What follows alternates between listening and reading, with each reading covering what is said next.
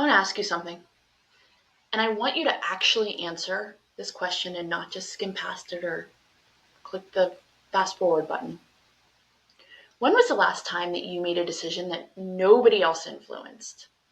Not your husband, not your kids, not your parents, not social media, not your therapist, not your job or your boss or money, just you. I'll wait.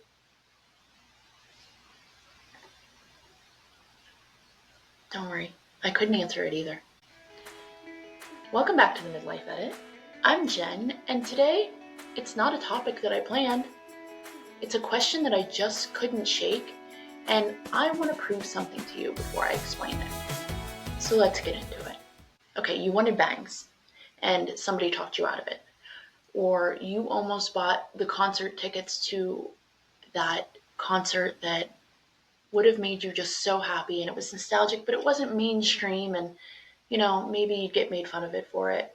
So then you thought, I probably shouldn't. Or you wanted to quit the job. That job that has just been draining you. And everyone said, but what about the benefits? What about all the things that you have going there? You wanted to wear the bright pink lipstick. And then you thought, aren't I too old for that? You almost signed up for guitar lessons. And again, you thought, shit, past my prime, what would people think? You're out to dinner with a friend and you ordered the salad. Not because you wanted it, because she ordered a salad. You stayed late again. Not because you had to, but because leaving felt selfish. You apologized. Again, for something that did not need an apology. If any of those landed, and I know that at least one of them did, sit with this question for a minute. Who actually made that decision? Not who influenced it, who made it? A few days ago, it was July 4th, and I had a genuinely hard week, like probably a week and a half, 2 weeks. The kind where I was burnt out. I know that I was burnt out. I saw all the signs and I still didn't do the things that I know that I need to do, right? But it was the kind where I'm just freaking running on empty, and the conflict was just heavier than it should have been. And I didn't recognize the the actions that I was doing to things that I would normally handle okay. I was burnt out. I was not feeling great. My mind was not feeling great. My body, your body keeps the score, right? Shout out to my sister and Tracy Bonham both for recommending that book. If you haven't read it, please go do that. But late at night on July 4th, I'm not a fireworks person. My stepkids were with their mom, so my husband and I, we didn't go do anything, which I'm totally cool with because I like to be at home. But anyway, it was 9:52 p.m. on July 4th. And I remember it because when I was doing this, I had picked up my phone and I looked at the time. And I was just having that moment, right? Usually my creativity comes at night, and that's something that I wish I could explore more, and I will at some point because it's very frustrating because I like to be up early and go to bed early. But anyway, my mind, my creativity was going, and then I know that I had something in my head and I couldn't get it out. And so I couldn't, I was, working on my laptop and it just wouldn't come out that way. And I wasn't going to pick up my notes app. So I picked up this. And if you're not watching, it's a pen, a pen, an actual pen that I picked up to write something down, anything, just to get it out of my head, out of my body. And this thought, this sentence came to me, fell out of me before I even decided to write it. Somewhere along the way, I forgot I was allowed to hold the pen. And I sat there and I looked at it and I underlined it and I doodled around it and I looked at it again and then I wrote it again. And I was like, holy shit, this explains it. It explained the bangs and the concert tickets, the salad, and the numerous apologies that I've made throughout my life that I didn't need to apologize for anything for, and the guitar lessons that I never signed up for. All of it was summed up in one sentence. And here's what I think happened, and not just to me, but I think to a lot of us. Somewhere along the way, somebody else started holding the pen. Not aggressively, they didn't take it from you, not all at once, in 1,000 small, reasonable sounding moments. Because it was easier. Because you loved someone. Because you were tired. Because that's just what you do. What are you talking about, Jen? Well, this is what I'm talking about, my friend. When you didn't want to make a decision because you had decision fatigue, or when you know that the decision that you wanted to make wasn't going to make somebody else happy, or when you didn't even realize that you weren't making your own decisions, that was somebody else holding the pen of your own story. They were authoring your life for you. One day you look up and you don't recognize the handwriting in your own story. And that's not losing yourself, because losing implies an accident. This was a handoff. And it freaking explains. It explains why I never felt like the main character in my own book. I always felt like that supporting character.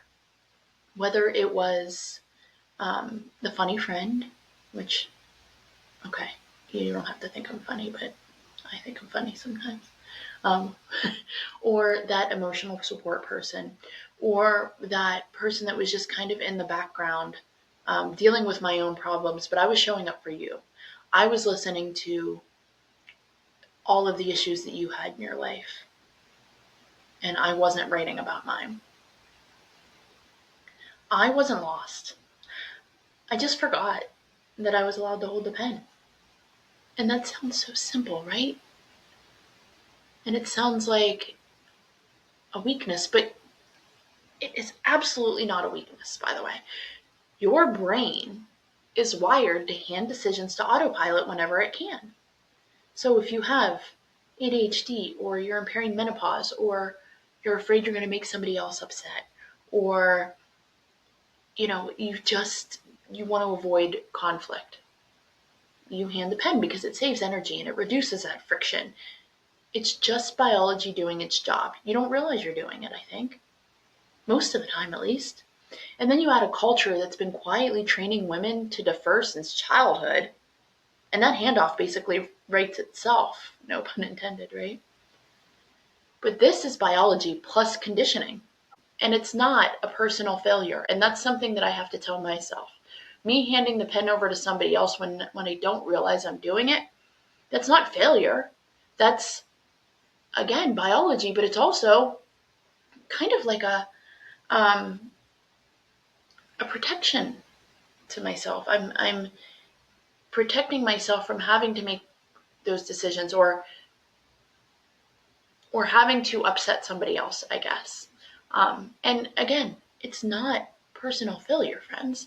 But here's the thing that I realized right after the pen hit me, and I really think it actually may be bigger than insight.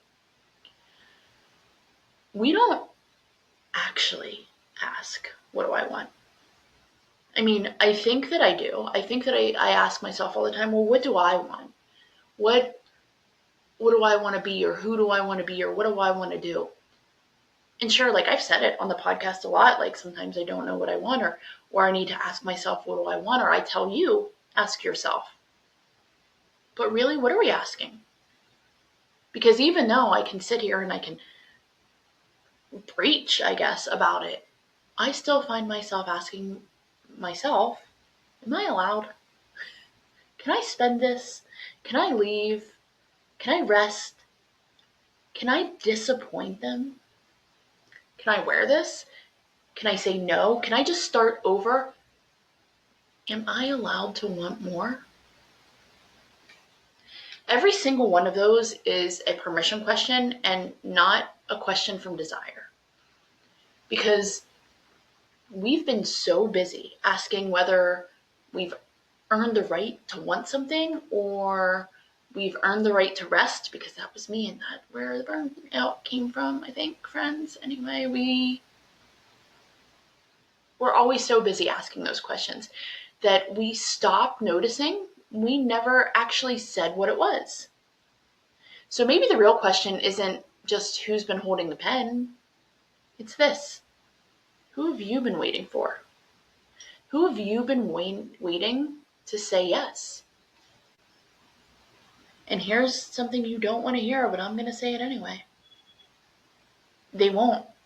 That was never coming. Pick up the fucking pen anyway, because it's your pen and it's your story. And you get to tell it. You get to be the main character. I built a whole segment called The Edit, right? Just recently, but I also have built this brand called the Midlife Edit and the podcast and all about editing in and editing out. And every week I'm starting to say what I'm editing in and editing out. And I never once said the actual thing that it was really about. The edit isn't just a content format. It's the pen. Every time you decide what stays and what goes, you're not rearranging your life, you're authoring it. Maybe for the first time in years. Maybe for the first time ever. We inherited someone else's handwriting and called it our own for a long time. In most cases, it was probably our mom, right? Because as women, we grow up seeing our mom be a mom and be a woman. And so we just assume that that's the way that things go. So we inherit her handwriting and we let that write our story. But we don't have to keep plagiarizing. This right here is the page break. We can get that pen back. Maybe it starts with a pencil. Maybe you can erase. But get that pen back and start editing. And get a red one. Get a red pen and just start Xing out the things that you don't want in your life.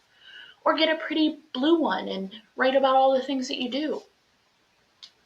But we get that pen back. And I don't want to leave you with just a feeling. So here's something to actually do. And I'm going to do this week. And I want you to too. For 1 week, before you make any decision, a big one, a small one, ask yourself one question. Would I still choose this if nobody else's opinion existed? That's it. Don't change anything yet. Just notice. Because some answers will surprise you. And I mean every little thing, whether it's what you're eating or what you're putting on your body. Lotion, makeup, clothes. Before you book that meeting or you do the thing at work or whatever it is, ask yourself that question. Because, yeah, some will surprise you, but some will confirm you're already writing your sentence all along. But either way, you'll know whose handwriting it is. So this week, I'm editing out Waiting for Permission that was never going to arrive. And I'm going to edit in that this pen was always mine. And I'm going to pick it up anyway. Speaking of pens, if you follow me on any of the social medias, I'm doing a giveaway. You have until July 15th to enter, I guess. The first way you enter and the way that you have to do it at first is to sign up for the Backstage Pass newsletter. It comes out every Sunday. You just go to the midlifeeditco.com and sign up there. Or else I'll put a link in the show notes. And then you can get other entries. So if you join the edit room on Facebook, it's just my Facebook community, you get another entry. If you invite a friend to join the edit room, you get another entry. Follow me on Instagram at @thejenweinstein. That's an entry. And then tag 3 friends in one of the posts, one of the giveaway posts on Instagram. And I am going to pick a winner on July 16th, but this edit box is a fun box of all of my favorite things. So it's a Gem in the Holograms band t-shirt. It's these amazing pens, these Sharpie pens that I absolutely love. I'm a pen girly, and I like to have something that I really enjoy writing with. They're the Sharpie S Gel pens, a really good journal, some really fun bright pink nail polish by Essie, some fun pink socks, a curated playlist just for you, and a little note from me. So go check that out. But also, if this is something that really resonated with you, I want to hear about it. I want to hear about when you think you stopped holding the pen, or when you think you picked it back up. And maybe this doesn't resonate with you. Maybe you are one of those badass women that I just look up to so much. I bet you know somebody that needs to hear this, though. So send it to them and ask them who's holding their pen. Because, friends, we all get to be the main character in our own lives. We get to author our own life. We get to edit in and edit out whatever we want. So make sure you share this. Leave me a 5-star review, because that's the way that this gets out to the people that really need to hear it too. And just go check out the edit box and all that fun stuff. But try the pen test this week and send it to a woman who's still waiting for somebody to say yes. Hold the pen. Say it to yourself if you need to. This is my pen. That's how this gets bigger than either of us. That's how this authoring of our own life is breaking the cycle from plagiarizing from somebody else's handwriting. So let's write our own chapter and edit out the ones that we don't want to have in our life anymore. So until next week, this is the Midlife Edit. Pick up your pen and make it a damn good chapter. We'll see you next week.